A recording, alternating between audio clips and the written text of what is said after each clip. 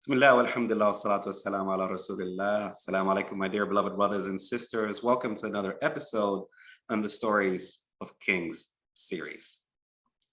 Today, we're going to talk about a king that ruled a big part. He had a great land, and he was successful in everything that he wanted to do. His economy was so good, and people were eating and drinking and sharing. It was just a beautiful area that he had. But then he thought one day and said, everything in this world that I wanted to do, I succeeded in. I do good. I love my people love me. But when it comes to Allah, it's a shame that I meet Allah and I haven't memorized the Quran. I wanted a good economy for my people. I have a good economy. I want peace in my lands and I have amazing peace. I want, people to grow and succeed in what they're doing. And all my people are successful. But when it comes to me, my faith, my Quran, I don't memorize the Quran and I want to memorize the Quran. So he asked around and said, if I want to memorize the Quran, how long is it going to take if I dedicate time? They said, my king, it will take 2 to 3 years. Most imams, if you go to them to memorize the Quran and dedicate your time, it takes 2 to 3 years to memorize the Quran.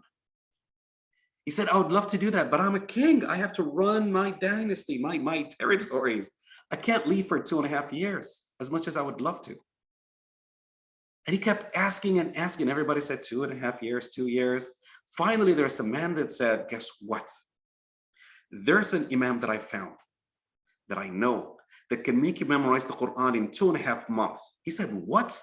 All 30 paras, all 30 chapters of the Quran in 2.5 months? They said, yes. And he has graduated hundreds of people. He said, where is he? They said, he's in Mecca. He said, I'm going to go to Mecca. And he got his band, because 2 months he can have someone run matters for that short of a time and come back having memorized the Quran. So he prepared things and took some money with him and journeyed all over the way to Mecca. And he started searching after Fajr prayer. And after Fajr, they said, that's the house of that Imam. He went to the house of the Imam and knocked on the door. And the Imam opened the door and he said, I am the king of such and such lands. And I heard that, and I want to memorize the Quran so much. And I heard if I come to you in 2.5 months, you can teach me to memorize the Quran. I came all the way traveling for days through the deserts and the land and crossing the sea to get here. And the Imam very rudely looked at him and said, well, just come back tomorrow. I'm busy right now. Boom, and slammed the door. Wow. Anybody, of course, this is just very rude and disrespectful. Any one of us will turn back. But the king said, I came all the way and I've really succeeded in everything that I want. Let me just wait till tomorrow. So he waited till tomorrow and just stayed in the masjid in Mecca and Kaaba and praying and until the next day in Fajr. And then after Fajr came back and knocked on the door and said, Assalamu alaikum, my dear Imam. I am the king of such and such lands. And I want to memorize the Quran. And I heard you're the best person. You can teach me to memorize it in 2.5 months. I left everything behind just to come here for 2.5 months, dedicated to you to learn from you. And the Imam looked at him again the second day and said, again, I'm busy. Just come back tomorrow, and slammed the door on his face. Oh my God. That is beyond. If it's me, I would have cussed him out or said something really bad and just went back. I don't know about you guys, but 2 days and being so rude and I would have done it and just went back. But the king said, I've sacrificed so much and I really want to succeed in this. So he said, I'll stay one more night. On the third morning, after Fajr, he went and knocked on the door. And the Imam saw him.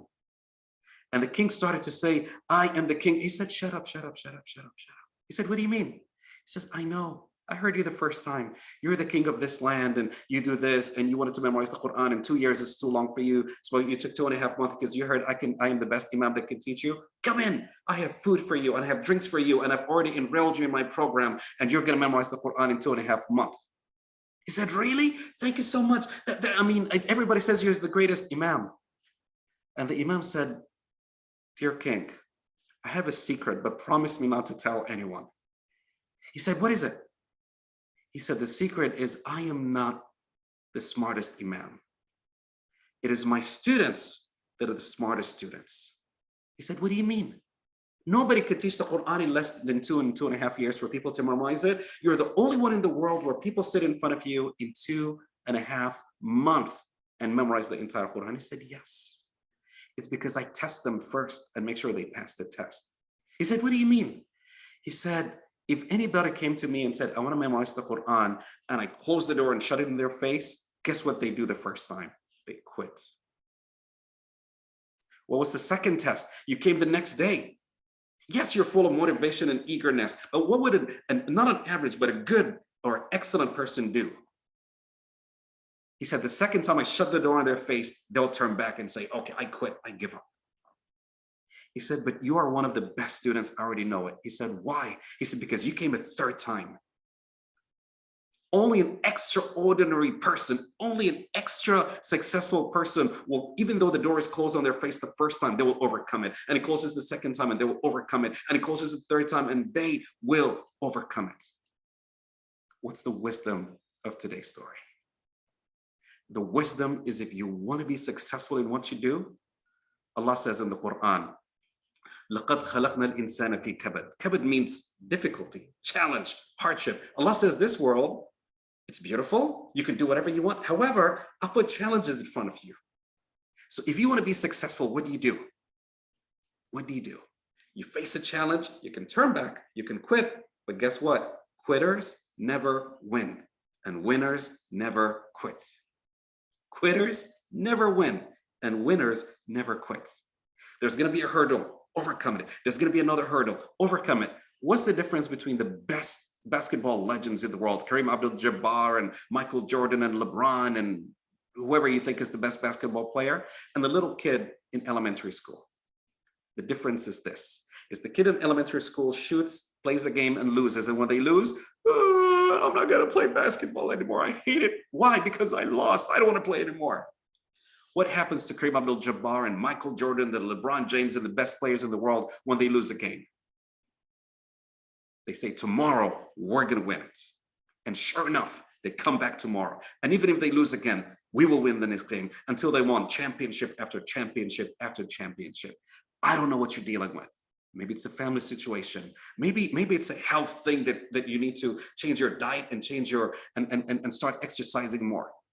Maybe it's a financial situation, your business isn't doing good and you need to think out of the box and come with new ideas and marketing and strategies. Maybe it's your education in school and you're not doing very good in your grades and you need to study differently and spend more time. Maybe it's you with your faith that you need to memorize more Quran and study more hadith and be better in what you are. Maybe it's in your marriage that you need to find better ways to connect with your husband or with your wife and with your children and family. Whatever it is, it's a challenge. And for you to win it, overcome the challenge. The door is going to close again, and guess what? You're strong enough to overcome it a second time. And if it closes a third time, once you have that winner mentality, you never quit, because quitters never win and winners never quit.